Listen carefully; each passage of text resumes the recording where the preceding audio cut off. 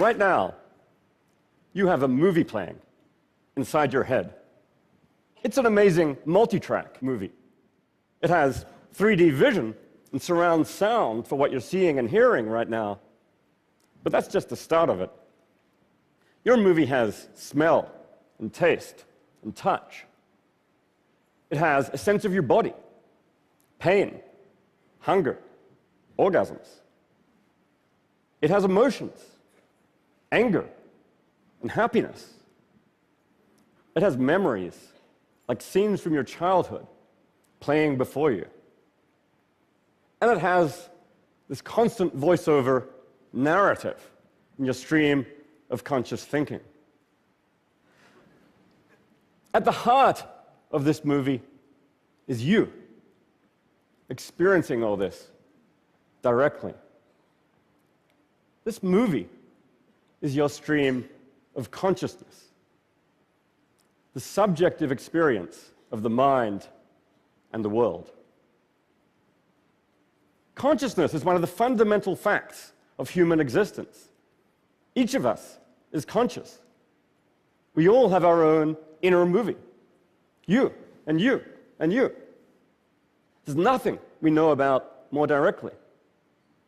At least I know about my consciousness directly. I can't be certain that you guys are conscious.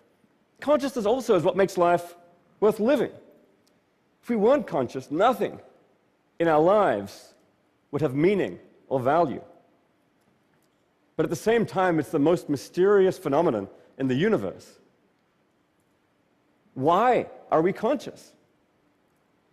Why do we have these inner movies? Why aren't we just robots who process all this input, produce all that output, without experiencing the inner movie at all? Right now, nobody knows the answers to those questions. I'm going to suggest that to integrate consciousness into science, some radical ideas may be needed. Some people say a science of consciousness is impossible. Science, by its nature, is objective. Consciousness, by its nature, is subjective. So there can never be a science of consciousness. For much of the 20th century, that view held sway. Psychologists studied behavior objectively. Neuroscientists studied the brain objectively. And nobody even mentioned consciousness. Even 30 years ago, when TED got started, there was very little scientific work on consciousness. Now, about 20 years ago, all that began to change.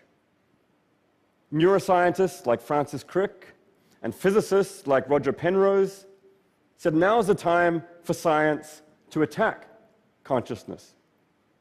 And since then, there's been a real explosion, a flowering of scientific work on consciousness. And this work has been wonderful, it's been great, but it also has some fundamental limitations so far. The centerpiece of the science of consciousness in recent years has been the search for correlations between certain areas of the brain and certain states of consciousness. We saw some of this kind of work from Nancy Canwisher and the wonderful work she presented just a few minutes ago. Now we understand much better, for example, the kinds of brain areas that go along with the conscious experience of seeing faces, or of feeling pain, or of feeling happy. But this is still a science of correlations. It's not a science of explanations. We know that these brain areas go along with certain kinds of conscious experience, but we don't know why they do. I like to put this by saying that this kind of work from neuroscience is answering some of the questions we want answered about consciousness, the questions about what certain brain areas do and what they correlate with. But in a certain sense, those are the easy problems. No knock on the neuroscientists. There are no truly easy problems of consciousness. But it doesn't address the real mystery at the core of this subject. Why is it that all that physical processing in a brain should be accompanied by consciousness at all? Why is there this inner subjective movie? Right now, we don't really have a bead on that. Now you might say, let's just give neuroscience a few years. It'll turn out to be another emergent phenomenon, like traffic jams, like hurricanes, like life, and we'll figure it out. The classical cases of emergence are all cases of emergent behavior. How a traffic jam behaves, how a hurricane functions, how a living organism reproduces and adapts and metabolizes. All questions about objective functioning. You could apply that to the human brain and explaining some of the behaviors and the functions of the human brain as emergent phenomena. How we walk, how we talk, how we play chess. All these questions about behavior. But when it comes to consciousness, questions about behavior are among the easy problems. When it comes to the hard problem, that's the question of why is it that all this behavior is accompanied by subjective experience? And here are the standard paradigm of emergence, even the standard paradigms of neuroscience, don't really so far have that much to say. Now, I'm a scientific materialist at heart. I want a scientific theory of consciousness that works. And for a long time, I banged my head against the wall, looking for a theory of consciousness in purely physical terms that would work. But I eventually came to the conclusion that that just didn't work for systematic reasons. It's a long story, but the core idea is just that what you get from purely reductionist explanations in physical terms, in brain-based terms, is stories about the functioning of a system, its structure, its dynamics, the behavior it produces. Great for solving the easy problems, how we behave, how we function. But when it comes to subjective experience, why does all this feel like something from the inside? That's something fundamentally new, and it's always a further question. So I think we're at a kind of impasse here. We've got this wonderful, great chain of explanation. We're used to it, where physics explains chemistry. Chemistry explains biology. Biology explains parts of psychology. But consciousness doesn't seem to fit into this picture. On the one hand, it's a datum that we're conscious. On the other hand, we don't know how to accommodate it into our scientific view of the world. So I think consciousness right now is a kind of anomaly, one that we need to integrate into our view of the world, but we don't yet see how. Faced with an anomaly like this, radical ideas may be needed. I think that we may need one or two ideas that initially seem crazy before we can come to grips with consciousness scientifically. Now, there are a few candidates for what those crazy ideas might be. My friend Dan Dennett, who's here today, has one. His crazy idea is that there is no hard problem of consciousness. The whole idea of the inner subjective movie involves a kind of illusion or a confusion. Actually, all we've got to do is explain the objective functions, the behaviors of the brain, and then we've explained everything that needs to be explained. Well, I say, more power to him. That's the kind of radical idea that we need to explore if you want to have a purely reductionist, brain-based theory of consciousness. At the same time, for me and for many other people, that view is a bit too close to simply denying the datum of consciousness to be satisfactory. So I go in a different direction. In the time remaining, I want to explore two crazy ideas that I think may have some promise. The first crazy idea is that consciousness is fundamental. Physicists sometimes take some aspects of the universe as fundamental building blocks: space and time and mass.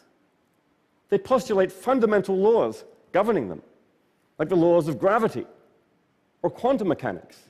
These fundamental properties and laws aren't explained in terms of anything more basic.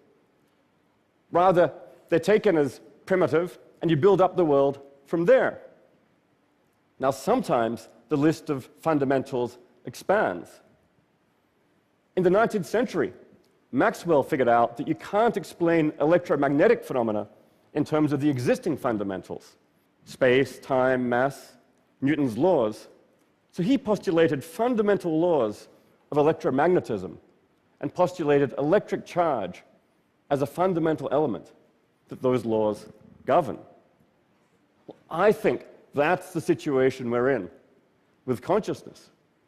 If you can't explain consciousness in terms of the existing fundamentals, space, time, mass, charge, then as a matter of logic, you need to expand the list. The natural thing to do is to postulate consciousness itself as something fundamental, a fundamental building block of nature. This doesn't mean you suddenly can't do science with it. This opens up the way for you to do science with it. What we then need is to study the fundamental laws governing consciousness, the laws that connect consciousness to other fundamentals, space, time, mass, physical processes. Physicists sometimes say that we want fundamental laws so simple that we could write them on the front of a T-shirt. Well, I think something like that is the situation we're in with consciousness. We want to find fundamental laws so simple we could write them on the front of a T-shirt. We don't know what those laws are yet, but that's what we're after. The second crazy idea is that consciousness might be universal. Every system might have some degree of consciousness. This view is sometimes called panpsychism. Pan for all, psych for mind. Every system is conscious, not just humans, dogs, mice, flies, but even Rob Knight's microbes, elementary particles. Even a photon has some degree of consciousness. The idea is not that photons are intelligent or thinking. You know, it's not that a photon is racked with angst because it's thinking, I'm always buzzing around near the speed of light. I never get to slow down and smell the roses. No, not like that. But the thought is maybe photons might have some element of raw subjective feeling, some primitive precursor to consciousness. This may sound a bit kooky to you. I mean, why would anyone think such a crazy thing? Some motivation comes from the first crazy idea, that consciousness is fundamental. If it's fundamental, like space and time and mass, it's natural to suppose that it might be universal too, the way they are. It's also worth noting that although the idea seems counterintuitive to us, it's much less counterintuitive to people from different cultures, where the human mind is seen as much more continuous with nature. A deeper motivation comes from the idea that perhaps the most simple and powerful way to find fundamental laws connecting consciousness to physical processing is to link consciousness to information. Wherever there's information processing, there's consciousness. Complex information processing, like in a human, complex consciousness. Simple information processing, simple consciousness. A really exciting thing is in recent years, a neuroscientist, Giulio Tononi, has taken this kind of theory and developed it rigorously with a mathematical theory.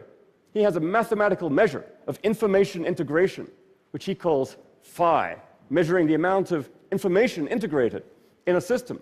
And he supposes that phi goes along with consciousness. So in a human brain, incredibly large amount of information integration, high degree of phi, a whole lot of consciousness.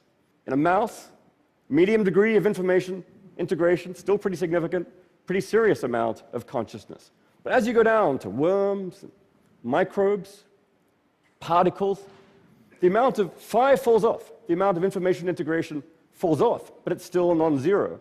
On Tononi's theory, there's still going to be a non-zero degree of consciousness. In effect, he's proposing a fundamental law of consciousness. High phi, high consciousness.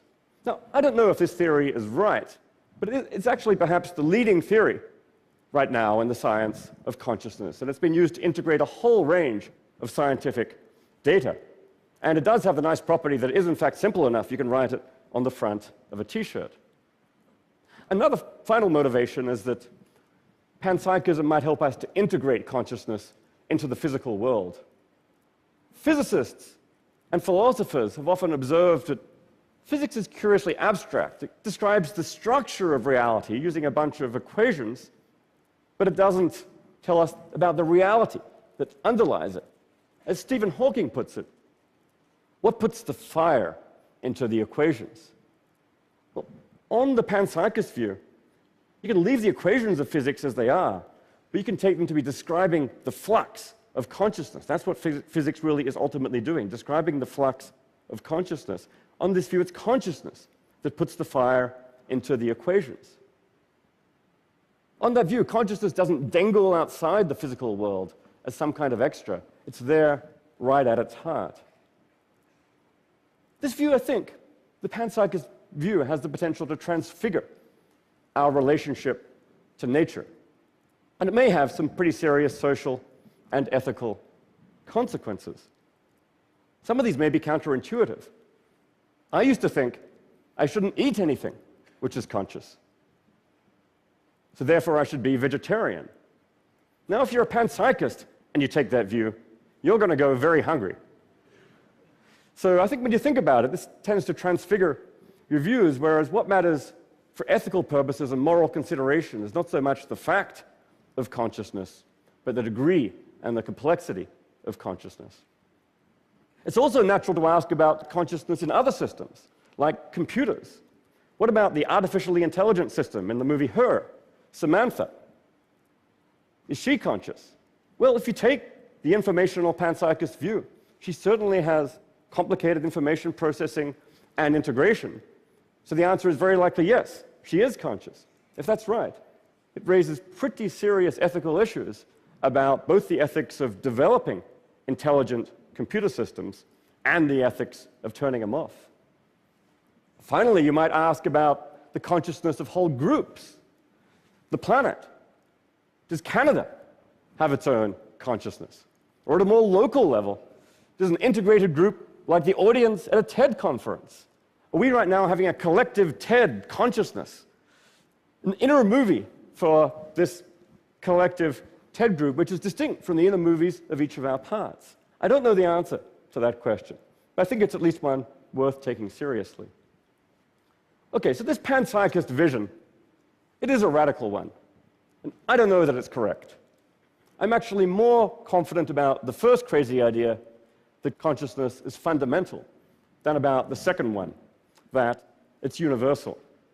I mean, the view raises any number of questions, has any number of challenges, like how do those little bits of consciousness add up to the kind of complex consciousness we know and love? If we can answer those questions, then I think we're going to be well on our way to a serious theory of consciousness. If not, well, this is the hardest problem, perhaps, in science and philosophy. We can't expect to solve it overnight. But I do think we're going to figure it out eventually. Understanding consciousness is a real key, I think, both to understanding the universe and to understanding ourselves. It may just take the right crazy idea. Thank you.